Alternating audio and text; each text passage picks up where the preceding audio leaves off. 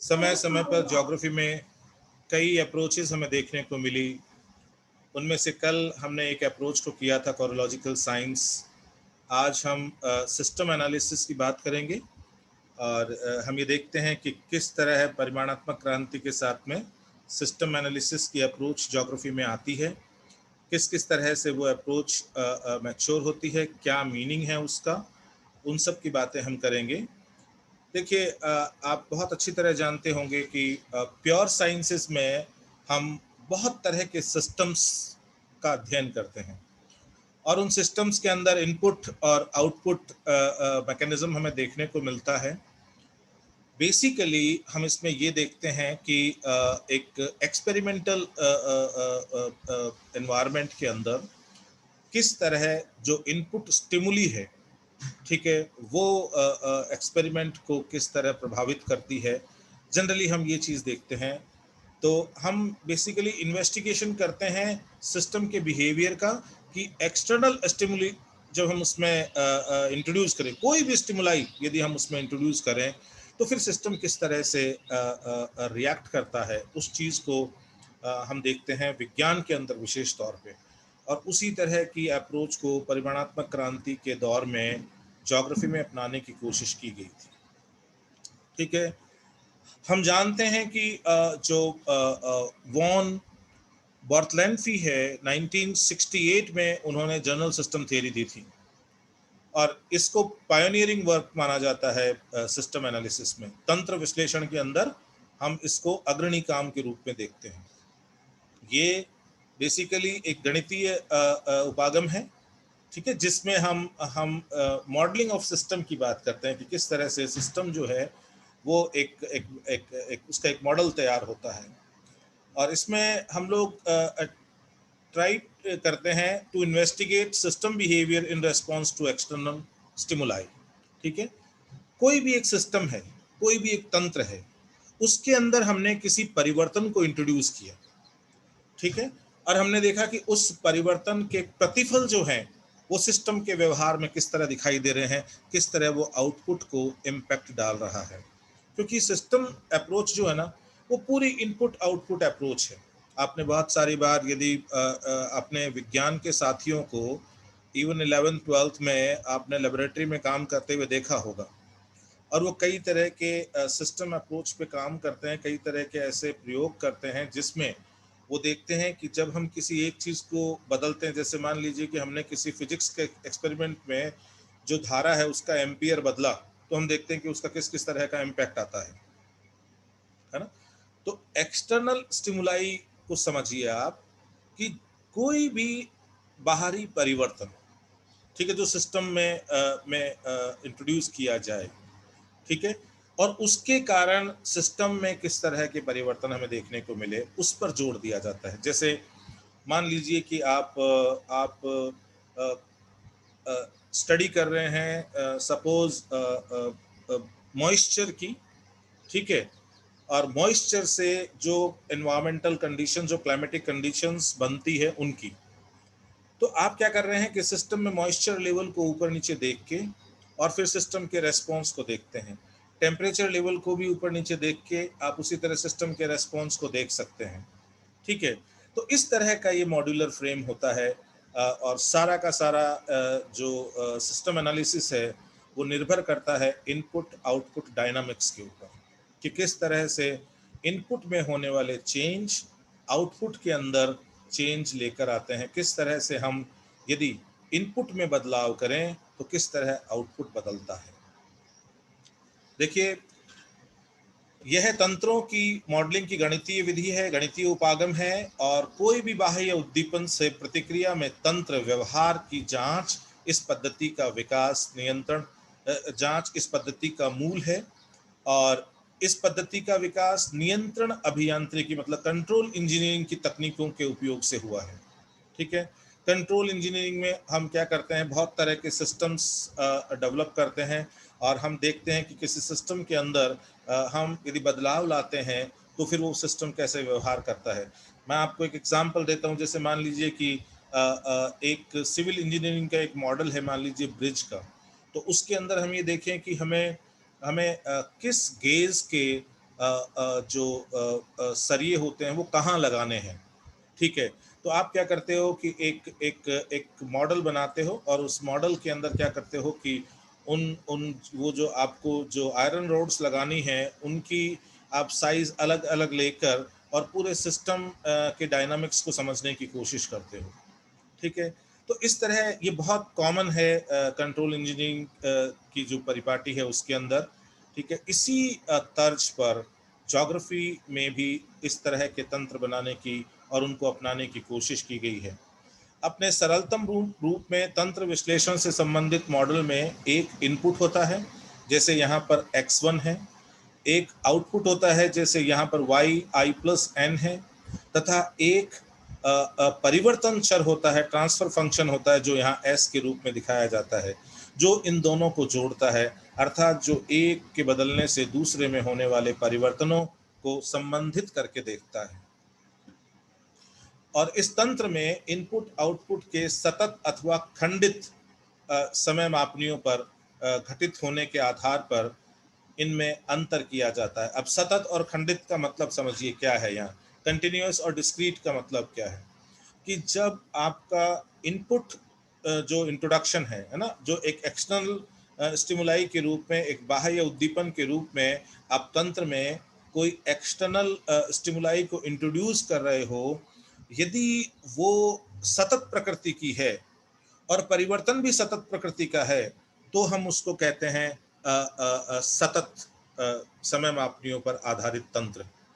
और यदि वो परिवर्तन जो है वो समय संदर्भों के आधार पे है, मतलब जैसे अभी आपने एक्सटर्नल स्टिमुलाई इंट्रोड्यूस करी, ठीक है, या नेचुरली वो घटित हुई, उसके बाद कुछ समय बाद वो फिर रिपीट हुई, कुछ समय बाद वो फिर रिपीट हुई, तो ये बीच में जो हमें हमें काल दिखाई दे रहे हैं, ठीक है, जिनके अंदर बाहरी जो उद्दीपन है वो नहीं है, उसके कारण ये खंडित प्रकृति का हो जाता है तंत्र, तो उसको हम खंडित कहते हैं। ज्योग्राफी में हम खंडित जो तंत्र है उनका इस्तेमाल करते हैं। भूगोल में खंडित समय मापनी पर आधारित तंत्र विश्लेषण सामान्य रूप से उपयोग में लाया जाता है, जैसे कि अध्ययन जिसमें लीड लैग मॉडल का प्रयोग किया जाता है। ये नाम याद रखना, लीग लैग मॉडल, क्योंकि लीग लैग मॉडल जो हैं उसमें क्या होता है, पहले एक एक्सटर्नल स्टिमुलाई इंट्रोड्यूस की जाती है और फिर देखा जाता है कि किस तरह से उसकी बियरिंग आई है,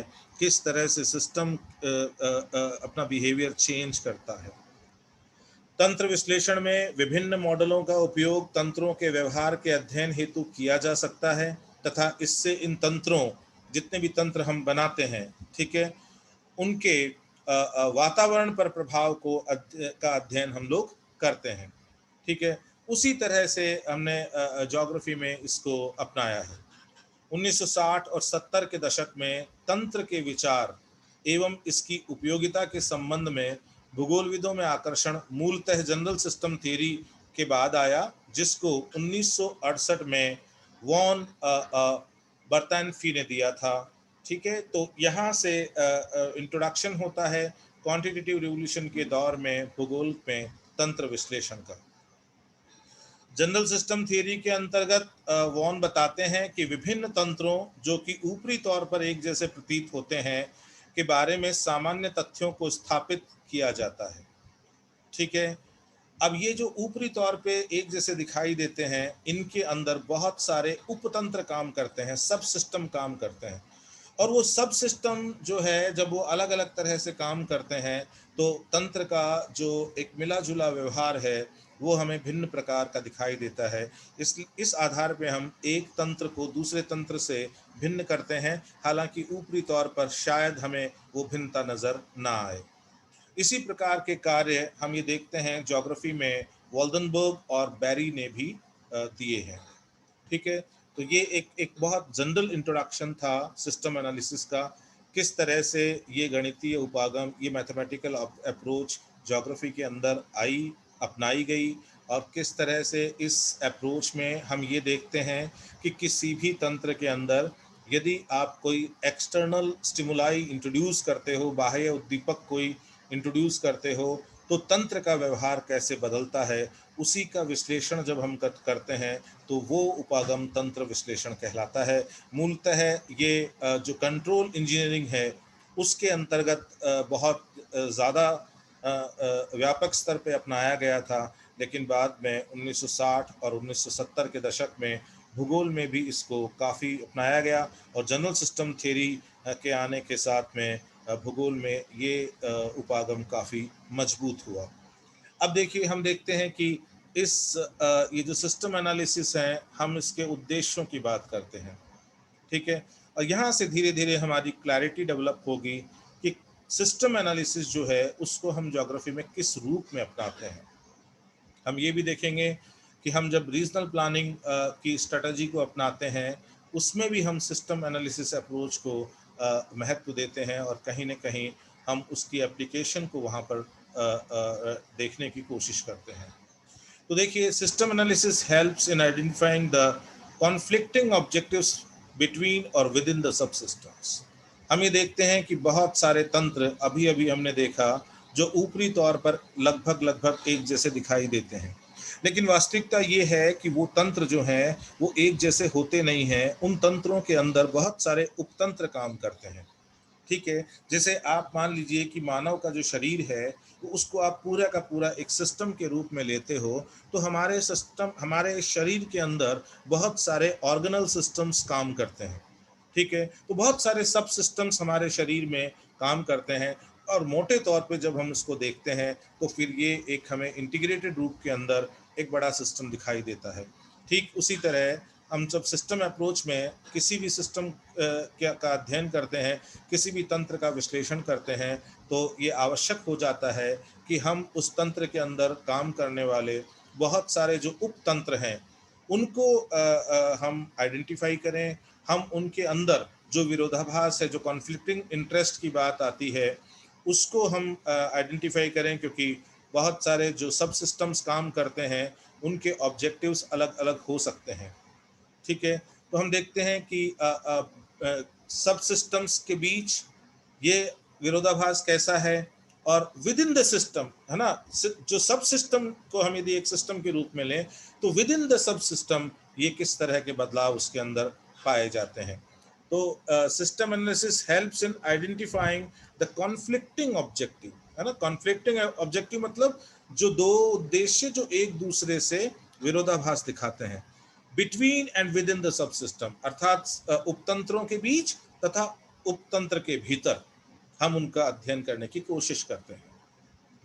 It helps in understanding or producing the compatibility and purpose of subsystems. तो इस पूरी प्रक्रिया के दौरान हम क्या करते हैं कि हम समझ विकसित करते हैं, ठीक है। ये तंत्र विश्लेषण हमारी समझ विकसित करता है, अंडरस्टैंडिंग डेवलप करता है, and producing the inter compatibility and purpose of sub systems. और हम क्या करते हैं, उस पूरे तंत्र में जो सब सिस्टम काम कर रहे होते हैं, जो उपतंत्र काम करते हैं, हम उनकी पूरी प्रक्रिया को इसके अंतर्गत, इस तंत्र उपागम के अंतर्गत समझते हैं, ठीक है। फिर है कि system analysis provides a clear pathway in the understanding of the complex structures. कोई भी सिस्टम जो होता है वो बेसिकली क्या करता है, कॉम्प्लेक्स रियलिटी को सिंपलिस्टिक वे में प्रेजेंट करने की कोशिश करता है। हम सिस्टम अप्रोच अपनाते ही इसलिए हैं कि हम जो जटिल वास्तविकता है उसको सरलीकृत रूप में प्रस्तुत करने की कोशिश करें। यदि हमें सिस्टम कॉम्प्लेक्स भी दिखाई देता है तो भी ये मान के चलिए कि जिस वास्तविकता को वो सिस्टम प्रेडिक्ट करने की कोशिश कर रहा है, एनालाइज करने की कोशिश कर रहा है, वो वास्तविकता कहीं उस सिस्टम से भी ज़्यादा जटिल है। इसीलिए कहते हैं कि ये जो तंत्र विश्लेषण है ये हमें provides a clear pathway in the understanding of the complex structure। ये जो बहुत जटिल संरचनाएं हमारे चारों तरफ हैं उनके बारे में, उनकी समझ विकसित करने में हमारे लिए बहुत उपयोगी साबित होता है। System analysis assists in installing each subsystem in its proper perspective and context to achieve its whole objective with the least available resources। हम ये देखते हैं कि जब हम ये जो सिस्टम एनालिसिस है ये हमारी मदद करता है, असिस्ट इन इंस्टॉलिंग ईच सब system in its proper perspective, कि हर एक जो उपतंत्र है तंत्र का उसको कैसे कैसे एक बहुत ही प्रॉपर तरीके से एक बहुत ही वेल डिफाइंड पर्सपेक्टिव के अंदर हम उसको किस तरह से उस सिस्टम में इंस्टॉल करते हैं, क्योंकि एक सिस्टम में बहुत सारे सब सिस्टम्स हमें देखने को मिलते हैं, and context to achieve its whole objective, ठीक है, और साथ साथ में किस तरह वो सब सिस्टम जो है वो अपने तमाम उद्देश्यों को प्राप्त करने की कोशिश करता है, किसके साथ, विथ लीस्ट अवेलेबल रिसोर्सेस, न्यूनतम संसाधनों के साथ। और इसी लाइन से आपको समझ में आना चाहिए यहाँ पे कि किस तरह से ये सिस्टम अप्रोच है ये रीजनल प्लानिंग के अंदर काम आएगी, क्योंकि ओवरऑल रीजनल प्लानिंग का यदि आप ऑब्जेक्टिव देखो तो हम क्या करते हैं रीजनल प्लानिंग में, we try to develop that particular region on the basis of local resources, and in that objective we try to ensure the use of resources in most optimum manner, and at the same time we work with the least available resources within the region, ठीक है। तो जो बात regional planning में हम समझते हैं, हम प्रादेशिक नियोजन में यही काम करते हैं। हम प्रादेशिक नियोजन में स्थानीय जो संसाधन हैं उनका मूल्यांकन करके और एक एक पूरे संरचनात्मक तरीके से हम उस क्षेत्र के विकास में उनके अधिकतम उपयोग को सुनिश्चित करते हैं, और हम ये कोशिश करते हैं कि हमारा तंत्र उन न्यूनतम उपलब्ध संसाधनों के साथ काम करे जो उस प्रदेश में हमें पाए जाते हैं, ठीक है। यही जो ऑब्जेक्टिव है सिस्टम एनालिसिस का, जो सिस्टम एनालिसिस के उपागम को रीजनल प्लानिंग के उपागम के साथ में जोड़ता है, ठीक है। तो इस तरह जो प्रादेशिक नियोजन है वो कहीं ना कहीं सिस्टम एनालिसिस अप्रोच का इस्तेमाल करता है, यूज करता है। System analysis defines the clear functional requirements of a subsystem and its correlated subsystems. किसी भी तंत्र विश्लेषण में हम ये देखते हैं कि जब पूरा तंत्र विश्लेषण हम करते हैं तो हम क्या करते हैं, जितने भी उपतंत्र उसमें काम करते हैं उनकी जो क्रियाविधि है और उनकी क्रियाविधि के लिए जो आवश्यकताएं हैं उनको भली भांति समझने की कोशिश करते हैं। Thus, system analysis is one of the important techniques that provide a systematic and broader outlook to understanding, examining, and creating or modifying the system to meet specific objectives. इस पूरे के पूरे तंत्र विश्लेषण में it is one of the most important technique, है ना। ये जो तंत्र विश्लेषण है ये एक बहुत सशक्त तकनीक है हमारे साथ में, ठीक है। और इस पूरे तंत्र विश्लेषण में हमारा ध्येय क्या होता है, provide a systematic and broader outlook to understanding, examining and creating और modelling the system to meet specific objective. किन्हीं निश्चित उद्देश्यों की पूर्ति हेतु हम इस तंत्र विश्लेषण में आगे बढ़ते हैं। हम बहुत सिस्टमैटिक तरीके से किसी भी तंत्र जो है उसका हम एग्जामिन करते हैं, हम उसके लिए मॉडलिंग करते हैं, हम उस सिस्टम में मॉडिफिकेशंस इंट्रोड्यूस करते हैं, ठीक है। और हम ये कोशिश करते हैं कि ये एक महत्वपूर्ण तकनीक के रूप में इस्तेमाल किया जाए, महत्वपूर्ण उपागम के रूप में इस्तेमाल किया जाए, ठीक है। System analysis and design is an interactive and creative process. ये बहुत ही अंतर संबंधित प्रक्रिया है पूरा तंत्र विश्लेषण, और इसके साथ साथ में ये बहुत ही रचनात्मक प्रक्रिया है, ठीक है। तो मैं फिर फोकस दे रहा हूँ आपको इस लाइन पे, क्यों, क्योंकि ये लाइन हमारे को ये बताती है कि भाई सिस्टम एनालिसिस जो है वो हमारे लिए क्यों महत्वपूर्ण है। Thus, system analysis is one of the important technique, ये एक महत्वपूर्ण तकनीक है हमारे साथ, that provide a systematic and broader outlook to understanding, examining and creating or modifying the system. कोई भी तंत्र जो मौजूद है, क्योंकि हम उसी की मॉडलिंग करते हैं, हम तंत्र विश्लेषण में जो सिस्टम हम अवेलेबल है हम उसी को सिस्टम अप्रोच के तहत समझने की कोशिश करते हैं। तो ये जो सिस्टम उपागम है, ये जो तंत्र विश्लेषण का उपागम है, ये हमें किसी भी सिस्टम को एक क्रमबद्ध, एक सिस्टमैटिक ऑर्डर में समझने, उसके बारे में एक ब्रॉडर आउटलुक बनाने, उसका विश्लेषण करने और यूं कहें कि सिस्टम में यदि कहीं बदलाव की आवश्यकता है तो उसको मॉडिफाई करके और जो हमारे विशिष्ट उद्देश्य हैं उनकी प्राप्ति में हमें आगे बढ़ने में मदद करता है। ठीक है, अब देखिए जब हम बात करते हैं reasons for initiating system analysis, क्या कारण है, ठीक है, क्यों इस सिस्टम एनालिसिस की बात की गई, क्यों इसको ज्योग्राफी में एक उपागम के रूप में अपनाया गया। जब हम उस चीज की बात करते हैं तो देखिए, to establish the system boundaries as to define the scope and the coverage of the system. हम कोशिश करते हैं किसी भी तंत्र जो है उसको सीमांकित करने की, ठीक है ना, boundaries as to define the scope, ताकि हम उस तंत्र का दायरा सुनिश्चित कर पाए, है ना, उसका कवरेज और उसका स्कोप सुनिश्चित कर पाए। It also helps to identify the inputs and the outputs of the various subsystems.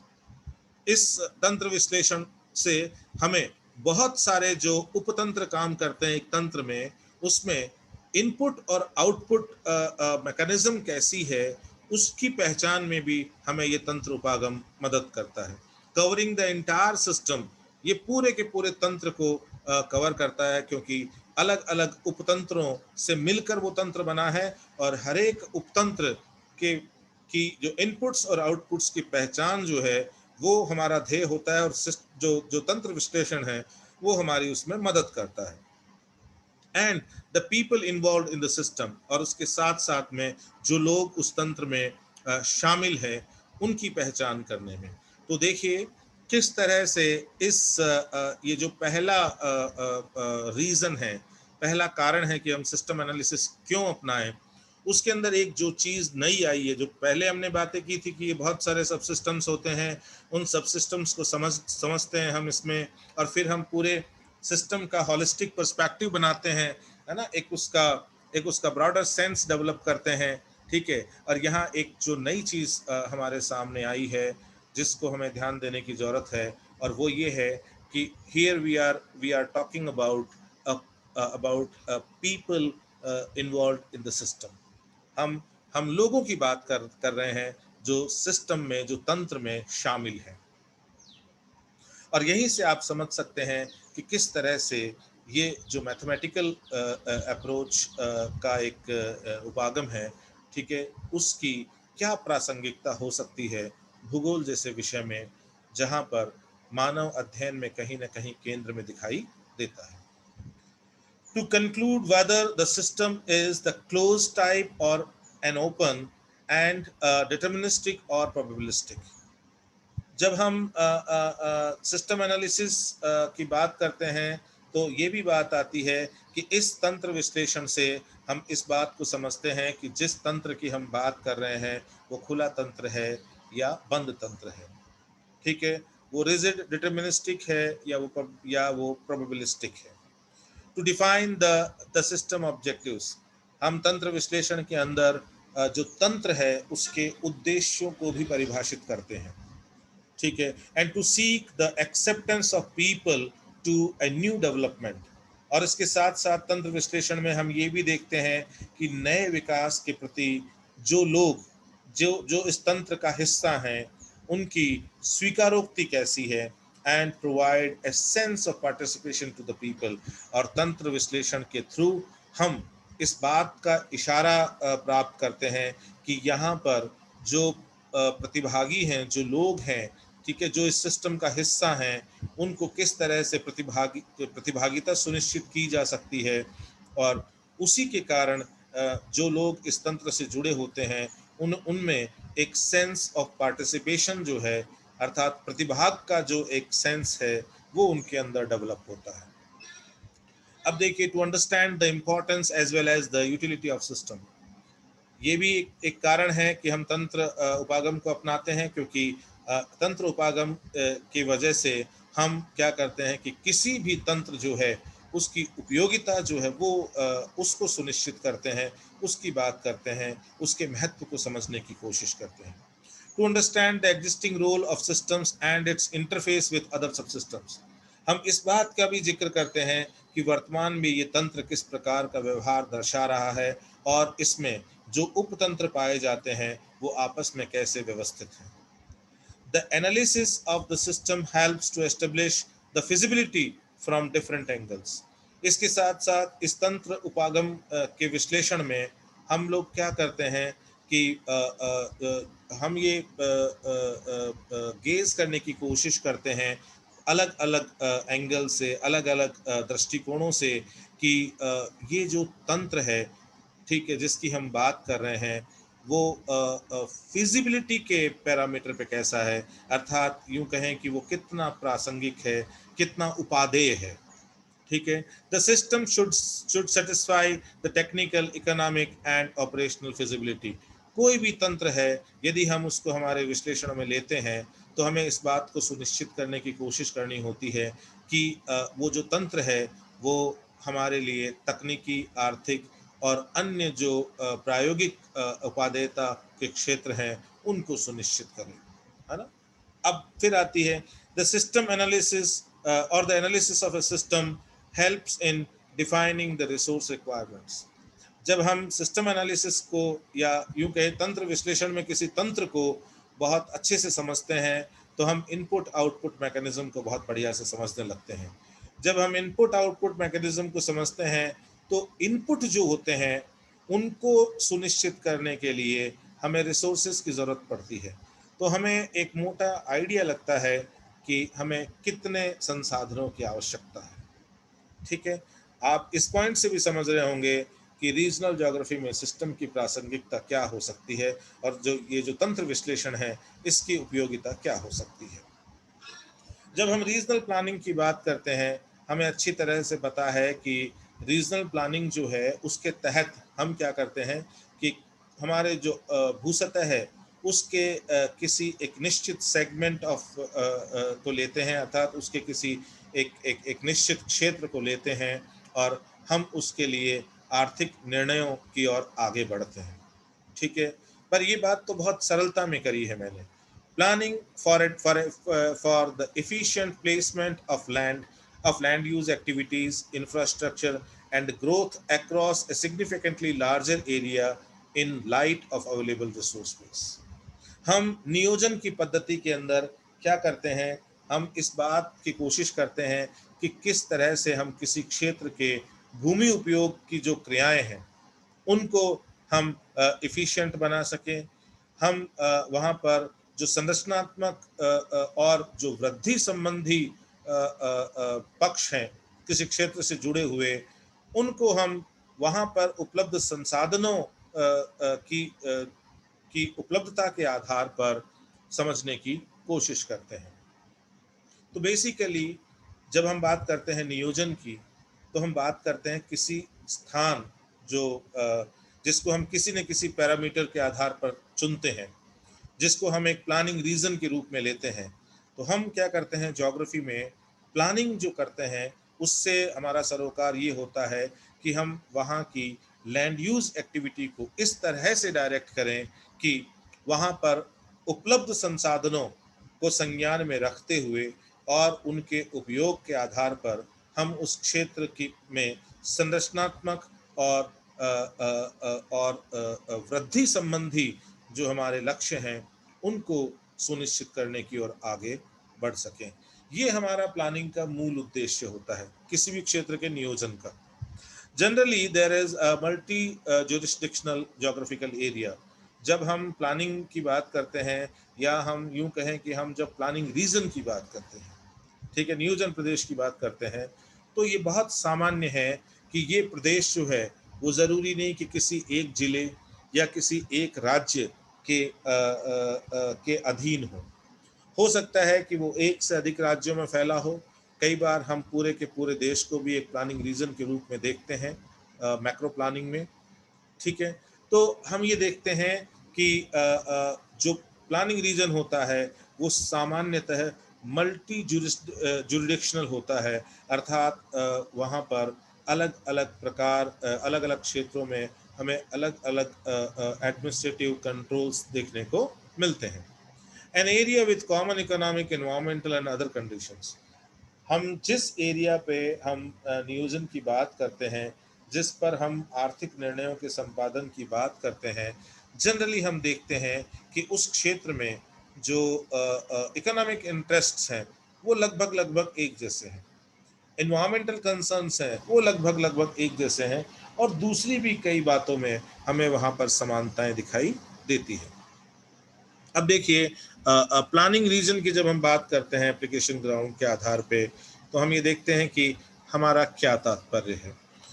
ठीक है, हम एक प्लानिंग रीजन की संज्ञा किसको देते हैं, एक प्लानिंग रीजन के लिए क्या चारित्रिक विशेषताएं होनी चाहिए। ठीक है, जब हम रीजनल प्लानिंग भी पढ़ते हैं तो यही चीज़ें हमारे लिए वहाँ बहुत महत्वपूर्ण हो जाती है। तो जो पहली चीज आती है वो आती है भौगोलिक सततता। ठीक है, ज्योग्राफिकल कॉन्टिग्यूटी, भौगोलिक सततता जो है वो बहुत महत्वपूर्ण है, with नोडालिटी and interconnectivity.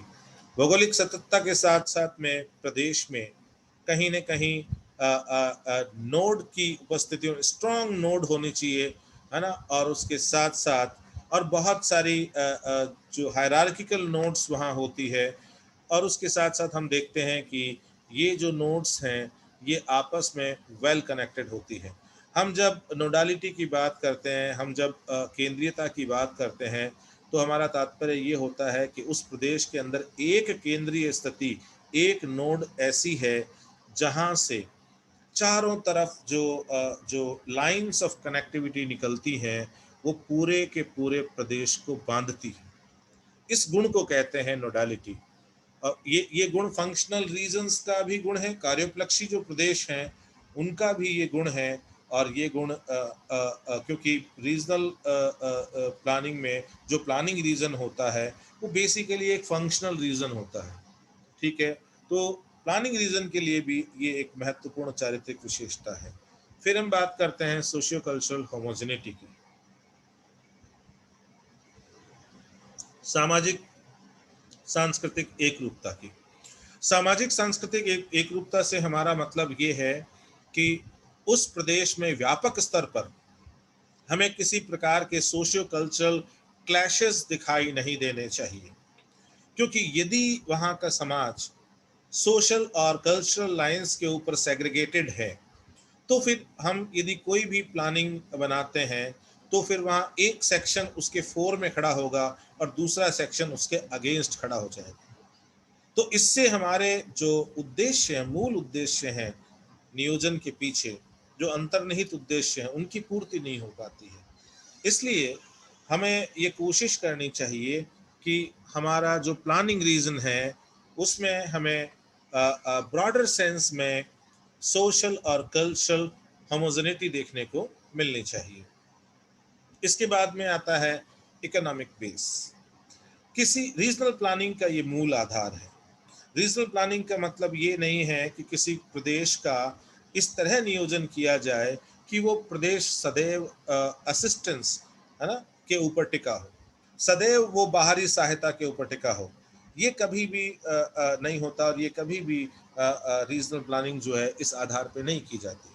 Regional planning किसी क्षेत्र की जाती है तो वहाँ का रिसोर्स इवैल्यूएशन होता है, वहाँ के संसाधनों का मूल्यांकन होता है, और उन संसाधनों के मूल्यांकन के आधार पर उसके रिसोर्स बेस को बहुत अच्छी तरह समझने के साथ ये तय होता है कि वहाँ पर किस तरह के आर्थिक निर्णय जो हैं वो संपादित किए जा सकते हैं, what kind of economic decisions we can take for that particular reason.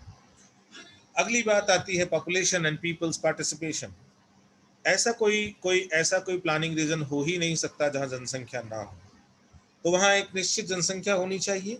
और दूसरी बात यह है कि हम हमारी रीजनल प्लानिंग की परिपाटी के अंदर हर हालत में लोगों की सहभागिता को सुनिश्चित कर पाए, क्योंकि आप किसी भी क्षेत्र का स्थानीय विकास यदि आप नियोजन प्रणाली के अंतर्गत चाहते हैं तो ये ज़रूरी है कि आप वहाँ के स्थानीय लोगों को नियोजन प्रणाली में भागीदार बनाएं, उनको स्टेक होल्डर्स बनाएं, उनका पार्टिसिपेशन सुनिश्चित करें, उनको ये एहसास कराएं कि ये जो प्लानिंग है that is for you people, that is for your region. ठीक है, so your participation is very much needed, है ना। फिर दूसरा आता है एडमिनिस्ट्रेटिव कन्वीनियंस। हमेशा जब हम कोई भी रीजनल प्लानिंग के अंतर्गत प्लानिंग रीजन बनाने की कोशिश करते हैं, हम हमेशा ये ध्यान रखते हैं कि उसकी सीमाएं प्रशासनिक सीमाओं से मेल खानी चाहिए। इसे कहते हैं एडमिनिस्ट्रेटिव कन्वीनियंस। क्यों खानी चाहिए मेल? क्योंकि हमें किसी भी क्षेत्र की रीजनल प्लानिंग के लिए हमें वहाँ के सोशियो इकोनॉमिक कल्चरल एस्पेक्ट्स, ठीक है, और बहुत सारे जो एस्पेक्ट्स हैं उसके लिए डेटा चाहिए। और डेटा की जो अवेलेबिलिटी होती है वो एडमिनिस्ट्रेटिव यूनिट्स के साथ में होती है। भारत में जो सबसे छोटी एडमिनिस्ट्रेटिव यूनिट है, सबसे छोटी जो प्रशासनिक इकाई है, वो रेवेन्यू विलेज है, राजस्व ग्राम है। तो हम ये ध्यान रखते हैं कि जब हम हमारे प्लानिंग रीजन की बाउंड्रीज सुनिश्चित करने की कोशिश करते हैं, तो हम निश्चित रूप से किसी न किसी स्तर पर प्रशासनिक सीमाओं का अनुसरण करते हैं, ताकि हमें डेटा उपलब्ध हो। और उसके साथ साथ जब हम प्लान बनाकर उस क्षेत्र में एग्जीक्यूट करने की कोशिश करें, तो जो प्रशासनिक हल्का है वो वो अलग अलग स्तर पर अकाउंटेबल जो है वो बनाया जा सके, है ना, उनकी अकाउंटेबिलिटी सुनिश्चित की जा सके, ठीक है, ताकि हम रीजनल प्लानिंग के जो ऑब्जेक्टिव्स हैं, जो उद्देश्य हैं, उनको प्राप्त कर पाए। फिर है ऑप्टिमम साइज। तो ये बहुत ज़रूरी है कि यदि आप कोई भी प्रादेशिक नियोजन के लिए आगे बढ़ते हो, तो इसके लिए कोई कोई प्लानिंग रीजन की कोई डेफिनेट साइज नहीं है, ठीक है। प्लानिंग रीजन छोटा भी हो सकता है, बड़ा भी हो सकता है, लेकिन एक बात ध्यान रखनी जरूरी है कि वो कम से कम इतना बड़ा हो जिसके ऊपर हम आर्थिक निर्णयों को संपादित या क्रियान्वित कर सकें, ठीक है। So that much size is essentially needed, which is necessary for applying the economic decisions on that particular region. उसके बाद हम बात करते हैं मिनिमम और नैरो डिस्पैरिटी की, क्योंकि हम बेसिकली क्या करते हैं कि उस रीजनल प्लानिंग के अंतर्गत उस प्लानिंग रीजन को एक यूनिट के रूप में लेते हैं, और फिर हम क्या करते हैं कि उसके लिए एक कॉमन स्ट्रेटजी बनाने की कोशिश करते हैं for development of that particular region. तो यदि वहां पर डिस्पैरिटी कम होगी, तो फिर हमारी जो टारगेट पॉपुलेशन है ना, ठीक है, उसकी यदि डाइवर्सिटी कम है, तो हम जो है वो ज़्यादा इफिशिएंट प्लान वहाँ के लिए बना सकते हैं। Then presence of growth points. ये बहुत ज़रूरी है कि हम जब रीजनल प्लानिंग के अंतर्गत प्लानिंग रीजन को डिलीनिएट करने की कोशिश करते हैं, तो ये बहुत ज़रूरी है कि हम वहाँ आइडेंटिफाई करने की कोशिश करें कि यहाँ ग्रोथ पोटेंशियल कहाँ कहाँ पर संभव है ना, पर मिलता है, जहाँ पर हम इकोनॉमिक एक्टिविटीज़ की शुरुआत अलग तरीके से कर सकते हैं, ताकि उस पूरे क्षेत्र को आर्थिक रूप से आगे बढ़ाया जा सके। Then consensus in defining the problems and solving it. ये बहुत ज़रूरी है कि कोई भी क्षेत्र जिसके लिए हम प्लानिंग कर रहे हैं, ठीक है, तो हम क्या करते हैं, वहाँ पर प्रॉब्लम्स को आइडेंटिफाई करने की कोशिश करते हैं। यदि वहाँ पर बहुत ज़्यादा सोशियो कल्चरल कॉन्फ्लिक्ट्स हैं, तो फिर हम कभी भी कॉमन प्रॉब्लम्स तक नहीं पहुँच पाते हैं, ठीक है। इसीलिए ऊपर 2 नंबर पे पॉइंट दिया हुआ है that socio cultural homogeneity is appreciated, ठीक है। तो यहाँ पर हम ये ध्यान रखते हैं कि हम बेसिकली किस उस क्षेत्र की समस्याओं और उनके निदान की जो परिपाटी है उसको लेकर हम एक कंसेंसस जो है वो बनाने की कोशिश करते हैं। अब देखिए, रीजनल प्लानिंग और सिस्टम एनालिसिस एक दूसरे से कैसे जुड़ा हुआ है, और इसको समझने के लिए हमें पहले सिस्टम एनालिसिस समझना ज़रूरी था और फिर रीजनल प्लानिंग समझना ज़रूरी था, ठीक है। आप सोच सकते हैं कि सिस्टम एनालिसिस की बात करते करते हम रीजनल प्लानिंग की इतनी गहराई से बात क्यों करने लग गए, क्योंकि हमें ये याद रखना ज़रूरी है या हमें ये स्मरण करना ज़रूरी है कि हम रीजनल प्लानिंग के में हम कौन कौन से चीज़ों की बात करते हैं। ठीक है, क्योंकि तभी हम ये पकड़ पाएंगे कि हम किस तरह से सिस्टम एनालिसिस के जो उपागम है उसको रीजनल प्लानिंग के साथ में जोड़ कर देख सकते हैं। तो regional planning is a package of economic actions for achieving the balanced regional development that can make the region more suitable for living. कोई भी जो जो जो प्रादेशिक नियोजन की कोई भी परंपरा है या कोई भी उसका पैकेज है या कोई भी उसका डिसीजन है, उसके अंदर इस बात का ध्यान रखा जाता है कि उसके अंतर्गत हम कुछ आर्थिक निर्णय लेते हैं, है ना। हर एक प्रादेशिक नियोजन की प्रणाली में हम कुछ आर्थिक निर्णय लेते हैं, इकोनॉमिक डिसीजंस लेते हैं। और हमारे जो इकोनॉमिक डिसीजंस होते हैं those are basically striving for the balance regional development, है ना। हम क्या करते हैं, संतुलित प्रादेशिक विकास को प्राप्त करने की कोशिश करते हैं और ये भी कोशिश करते हैं कि that can make the region more suitable for living, ताकि वो उस प्रदेश को रहने के लिए ज़्यादा उत्तम स्थान में तब्दील कर पाए। ठीक है। The main problem of regional planning and the development through system analysis are to reveal the identify actions that can lead to the best positive results to be satisfactory for all its agents. ये बहुत बड़ा challenge है इस प्रादेशिक नियोजन के उपागम के सामने, ठीक है, और उसके साथ साथ तंत्र विश्लेषण के सामने, कि वो इस बात को उजागर करे, टू रिवील एंड आइडेंटिफाई, और उन कार्यों को, उन एक्शंस को वो आइडेंटिफाई करने की कोशिश करें that can lead to the best positive results, जो सबसे सुंदर सकारात्मक परिणामों के रूप में सामने दिखाई दे। ठीक है, और यदि ऐसा होगा तो निश्चित रूप से ये बात भी जुड़ जाएगी कि जो हमारे जितने भी जो स्टेक होल्डर्स हैं, जो भागीदार हैं, ठीक है, उन सब को कहीं ना कहीं संतोष प्रदान करें।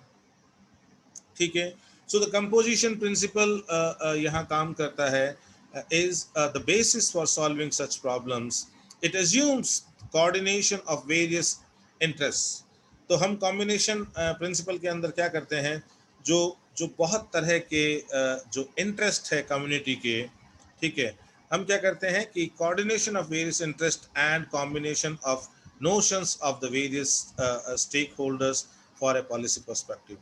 हम एक नीति निर्धारण के पर्सपेक्टिव के साथ हम क्या करते हैं, किसी भी प्रदेश में जो बहुत अलग अलग जो सोशल ग्रुप्स रहते हैं, ठीक है, या यूं कहें कि जो अलग अलग कम्युनिटीज़ या अलग अलग प्लेसेस जो उसमें शामिल होते हैं, हम क्या करते हैं, उनके बीच में कोऑर्डिनेशन बिठाने की कोशिश करते हैं। Assumes coordination of various interest, है ना, जो ऐसे एरिया जहाँ पर वे सब कॉमन इंटरेस्ट जो है वो दिखाते हैं, and combination of the notions of the various stakeholders for a policy perspective.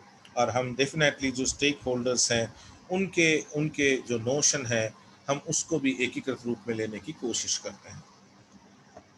अब देखिए, प्लानिंग रीजन और सिस्टम एनालिसिस के अंदर एक और बात आती है, that right kind of policy decisions aiming towards a sustainable future.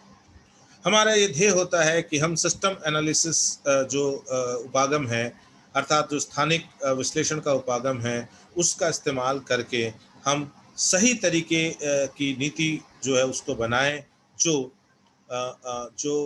भविष्य में सतत विकास की धारा को अपनाते हुए उस क्षेत्र के लिए सही साबित।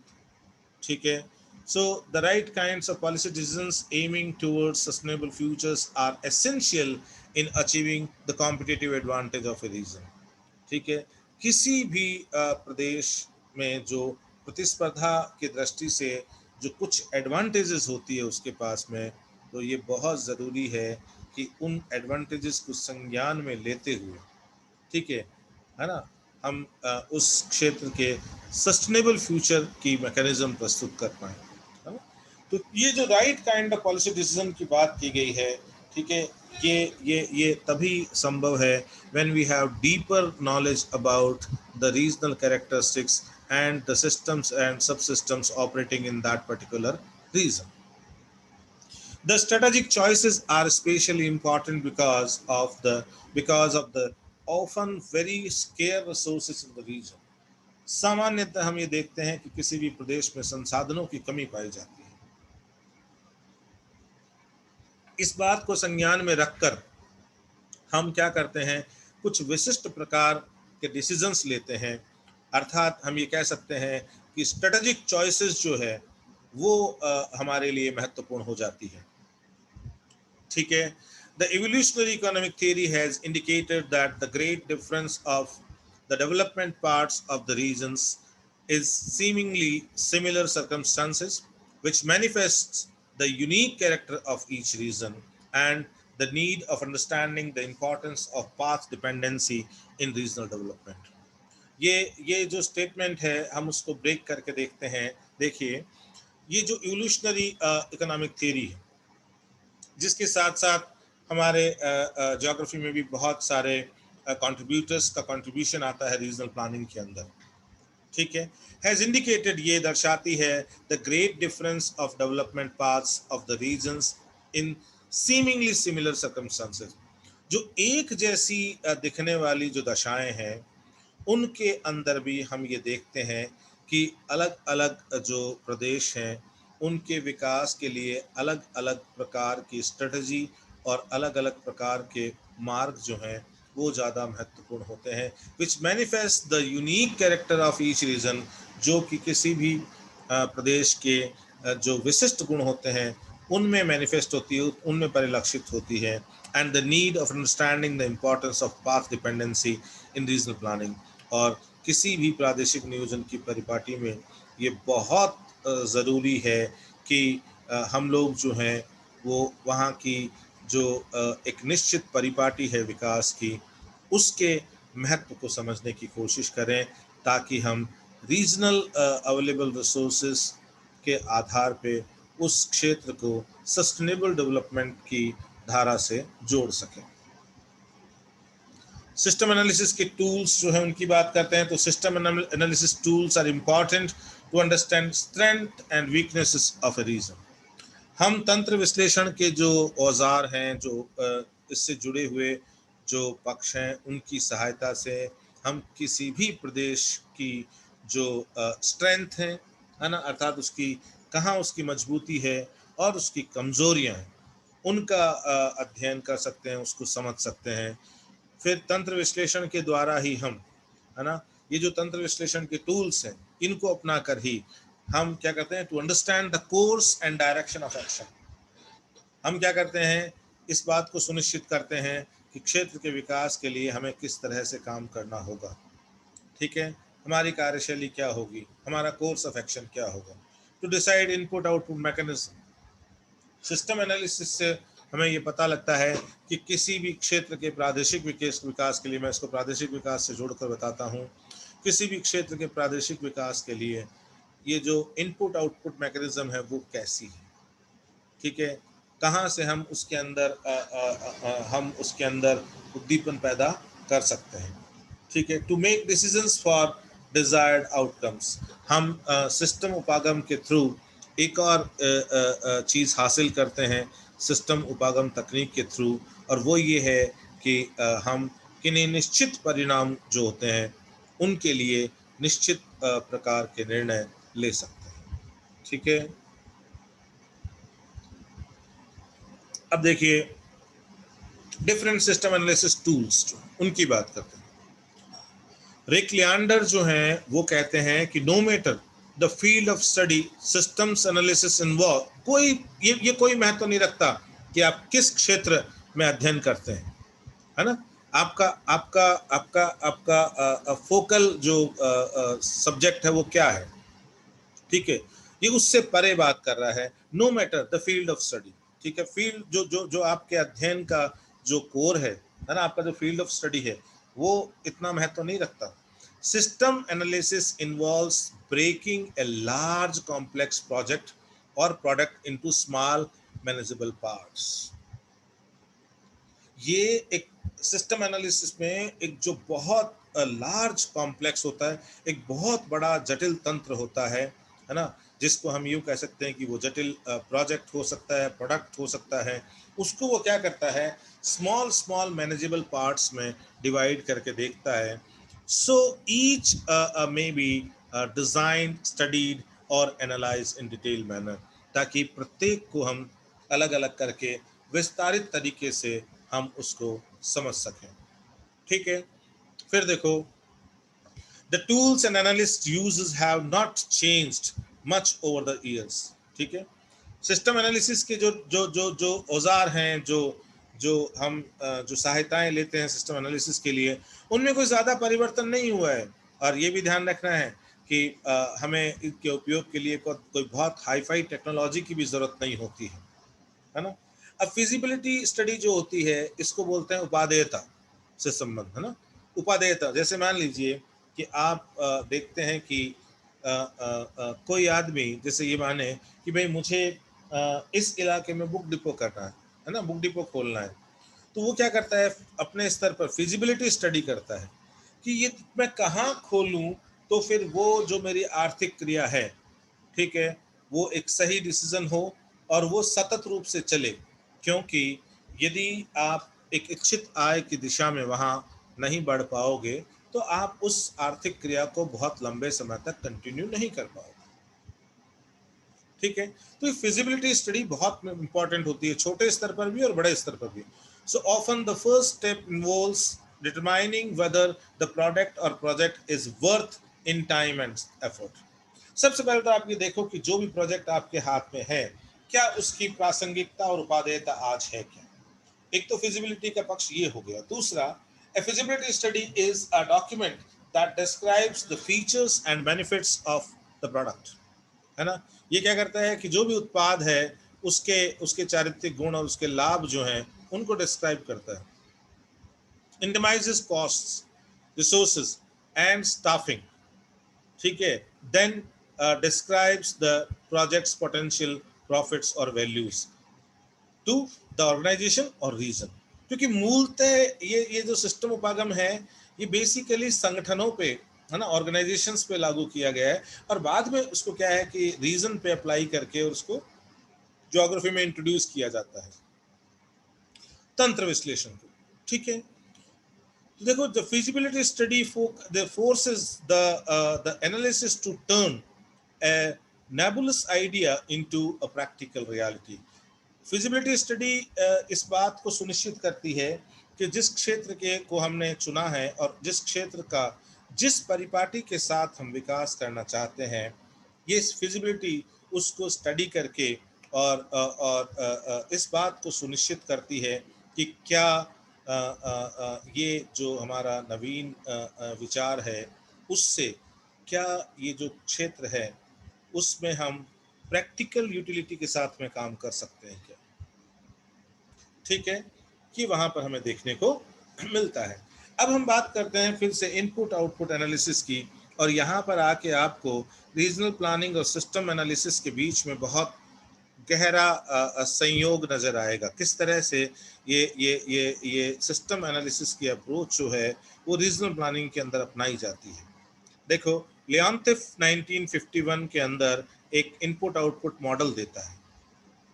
ठीक है, it helps to understand and determine the interdependence of various sectors of the economy. और उसकी सहायता से हम किसी भी क्षेत्र में, किसी निश्चित समय में जो अर्थव्यवस्था है, उसके जो भिन्न भिन्न सेक्टर हैं, खंड हैं, ठीक है, उनकी आपसी जो अंतर्निर्भरता, या यूं कहें कि उनकी जो आपसी निर्भरता है, ठीक है, उसको हम खोजने, उसको सुनिश्चित करने, उसको समझने, ठीक है, कि परिपाटी में ये तंत्र विश्लेषण हमारे लिए बहुत उपयोगी है।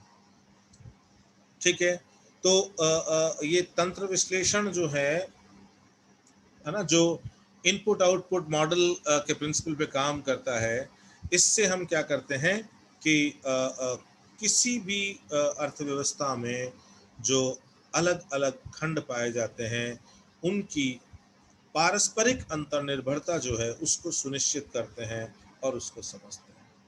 It assumes that the economy consists of a number of interesting industries कोई भी इकोनॉमी है उसके अंदर बहुत सारे उद्योग जो हैं वो हो सकते हैं, and that is the output of one industry. एक इंडस्ट्री का जो उत्पाद है may be N input for another industry, हो सकता है कि वो दूसरे उद्योग के लिए एक इनपुट का काम करे।